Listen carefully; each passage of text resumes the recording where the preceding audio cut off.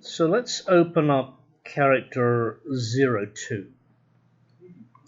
And this guy still has his mirror and his subdivision. He hasn't got his head, but we won't worry about the head right now. Again, I'm going to make a new object. I'm going to add a cube. I'm going to scale it down. And I'm going to apply that scale. I'm going to move it down.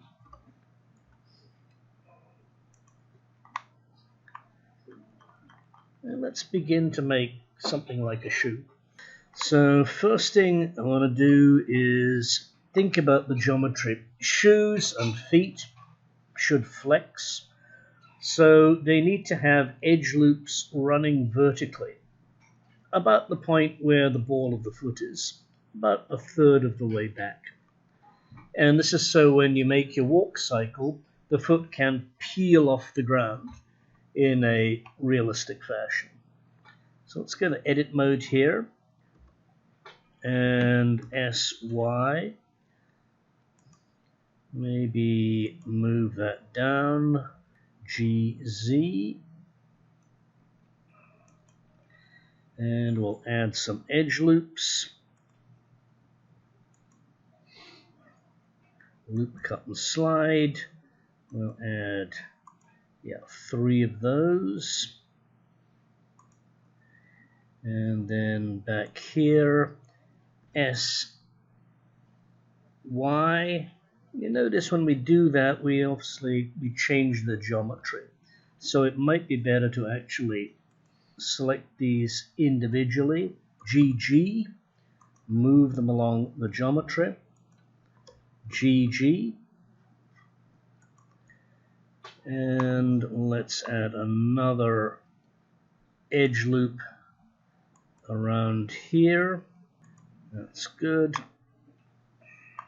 Loop, cut and slide. Yeah, maybe have 2 there as well.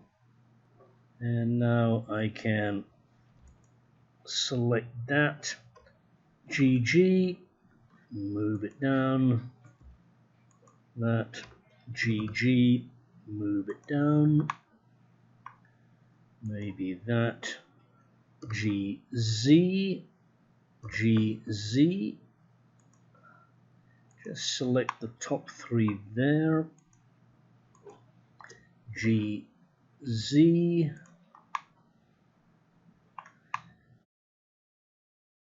Let's hide the drawings for a bit. Again here. SX.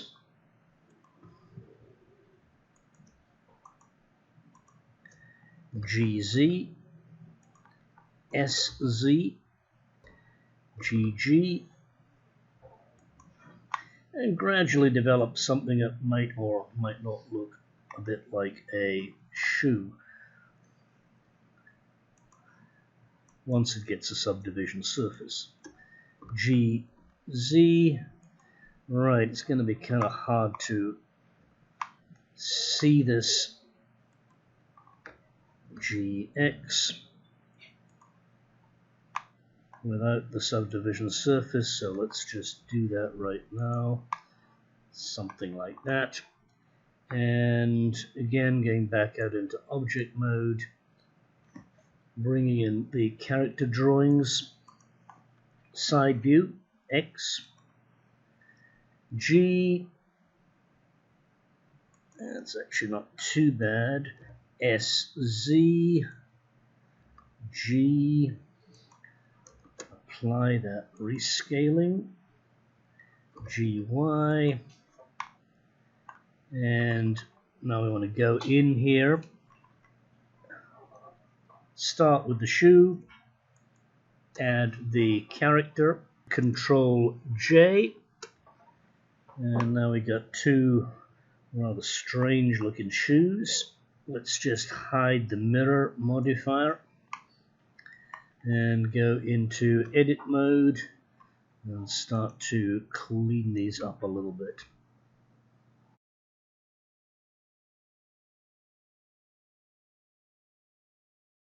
So we got several options here.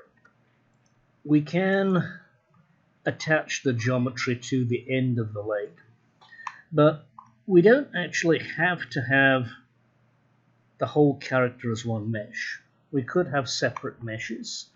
It was useful to attach his head, if he had a head, earlier, because we could get a nice smooth neck going into the chest. Here it doesn't matter too much if these are joined. So what I'm going to do is to hide the shoe. Let's go into edit mode. How do we hide the shoe?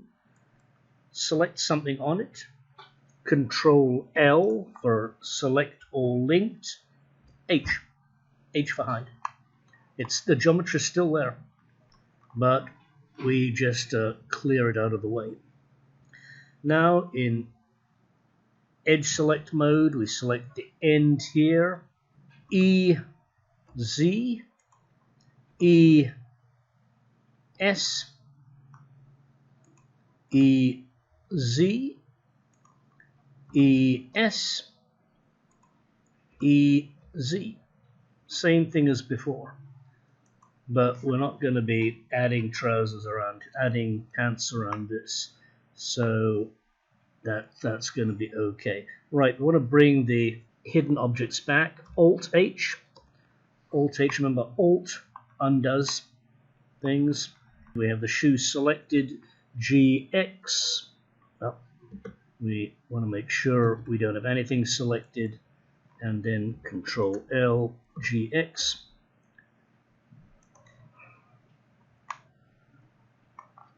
GY, something kind of sort of like that. And then let's enable that. So there's our character with these big flat feet, ready to walk. And obviously when we apply the mirror, then we can give him different walk actions for each leg, give him a typical walk cycle. Right now he has both mirror and subdivision, so that's complicated things. It's better for modeling, but it's not obviously so good for cloth simulation or animation. Right, let's just R, Z. Let's give him a kind of, oh, that's the mirror catching us, so I'm going to move these. Alright, let's do this one more time. Clipping, let's disable clipping. GX, that's better. Re-enable clipping. RZ. There we go, that's a little better. GX. Got a bit of a toe out there. It's not shown in the character sketch, but it generally looks a little better. Slightly more difficult to animate. And then, yeah, let's go back out to object mode.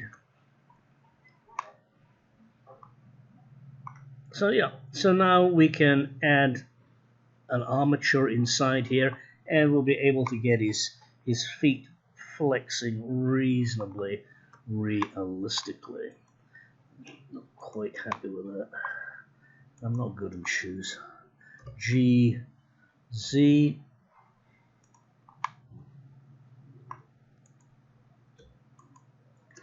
G, Z,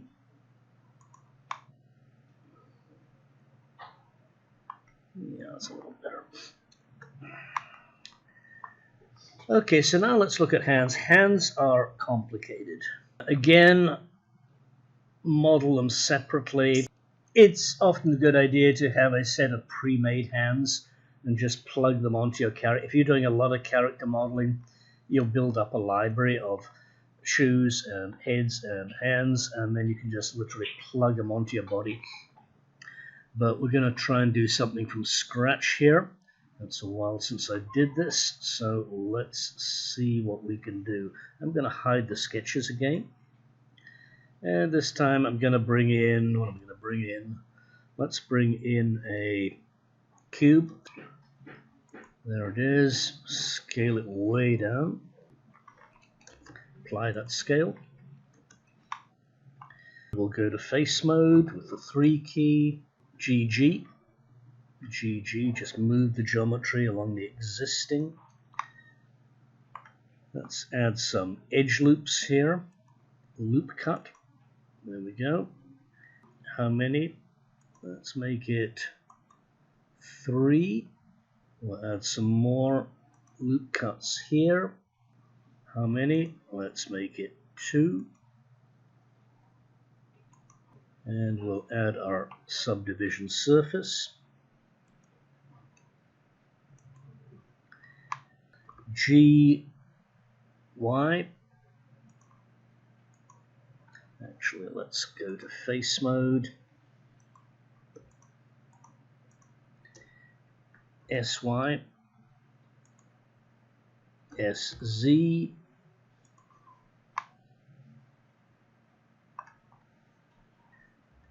Edge mode. SY. Move this down a bit. GZ.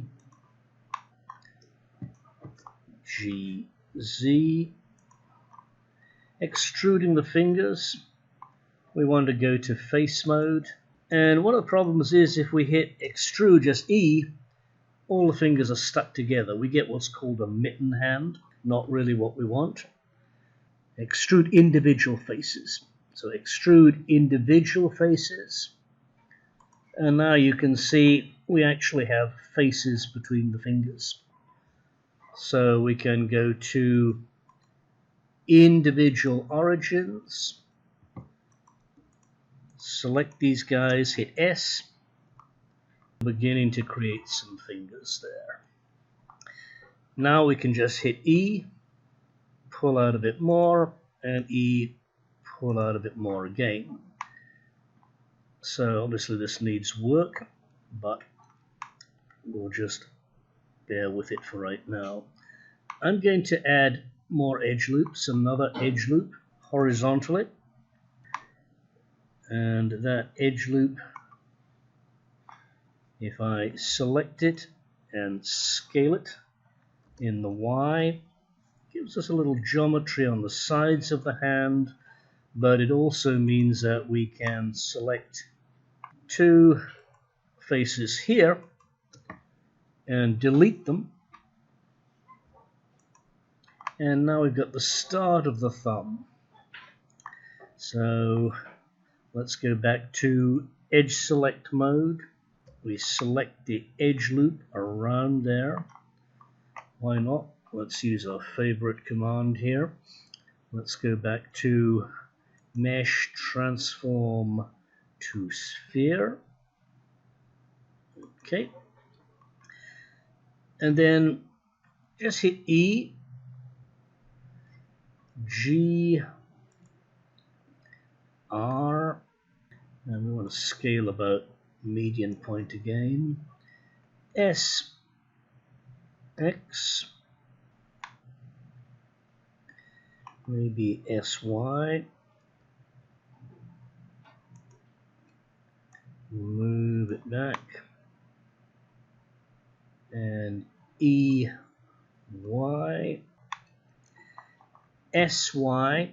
Start to flatten it out a bit and rotate. R, Z, G, and S. I want to scale in the XY plane, not in the Z plane. So S, Shift Z, G, Shift Z, R, Z. How's our control cage looking? Not too bad. E, X, S, and obviously this thumb's way too short. I need to change the proportions here. E, X again, and F to fill in the end. So yeah, we need to do a major proportional exercise here. Let's just look at it from the top. Right, how are we going to do this? Well, for a start, we've got the end of the thumb selected. So we can go to select, more, select and more. Okay, and we'll hit Alt-S. Just fatten that thumb up a bit. GX, move it forward. Okay, that's a little better. And then we're going to select the ends of the fingers in face mode. Remember, they all have a vertical division.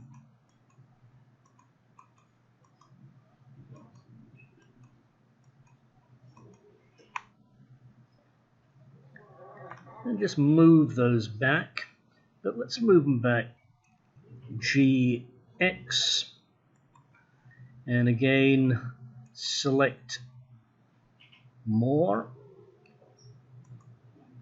GX, push back, select more, GX, push back. Starting to get a little more reasonable here. I'm not happy with all this back here. That really needs to be scaled. So let's go to Edge, Alt click. We're going to be going to 3D cursor as the center. Where is our 3D cursor? It's there. Let's click here and then SY, pull in, GY, that's a little better, SY, GY. We'll select this back into face mode. 1, 2, 3, 4, 5, 6, 7, 8. Scale around the median point. SY. Let's go back out. Smooth shade. Yeah, this needs a lot more work on it. But you see the general idea. And then when we go here, we can then delete faces. And we can go here, select the wrist, the hole to attach to the wrist. And one more time, transform to sphere. And keep on that way. Okay, fairly straightforward. Let's have a look here. R. So yeah, let's put the palm to the front. G. Look at it from the front. G. Scale it down. And he had quite long hands, as I recall. So let's see that, yeah, very long hands. So S, X, scooch them out like that. GX, maybe R, X, yeah, something like that. Scale up. G, Control A, apply scale. And then go to top view, GY. We're going to have to do a good deal of work on this. And then we add it into our figure. So the hand selected, Shift select the body, Control J, and then we can create the wrist. How many edges do we have here? We have 14. How many edges do we have here? We have 8. Okay, not so good. So let's do some kiting.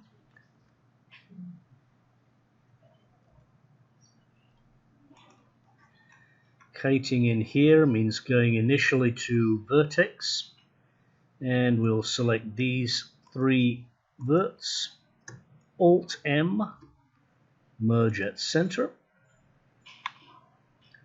That doesn't look so good. I have those already selected. AA, select again. These 3, Alt M at center. Then we want to select this here, and we hit delete dissolve edge, so we've kited that. What do we have now? We have 10 edges. How many was it here? It was 8.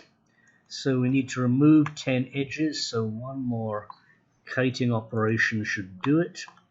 Back into vertex select mode. Select these 3, Alt M at center. Select this division between the 2 triangles we've produced. Delete, dissolve edges. What do we have? We've got 8 edges. Great. So 8 edges there. Shift Alt, 16 edges selected. Edge, bridge edge loops. There we go. And actually we might just want to delete that edge loop completely. So again, delete, dissolve. Alt click, SY. I should have done just plain S. Yeah, I'm slowing down a bit here. So something a little bit like that. SZ, GZ. Okay. So one useful thing you can do is you want to select a face here and go to select by trait, faces by sides, and then you want to select invert. How many faces have we got selected? We got 1. One face is not a quad. Where is it?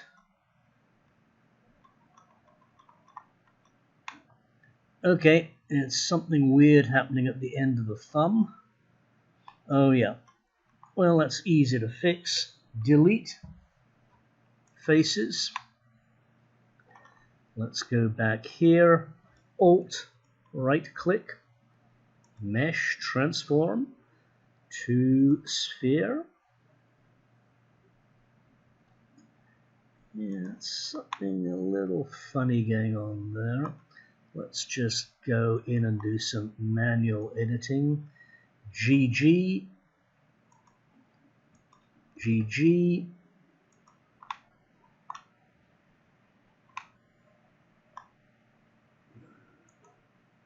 GG.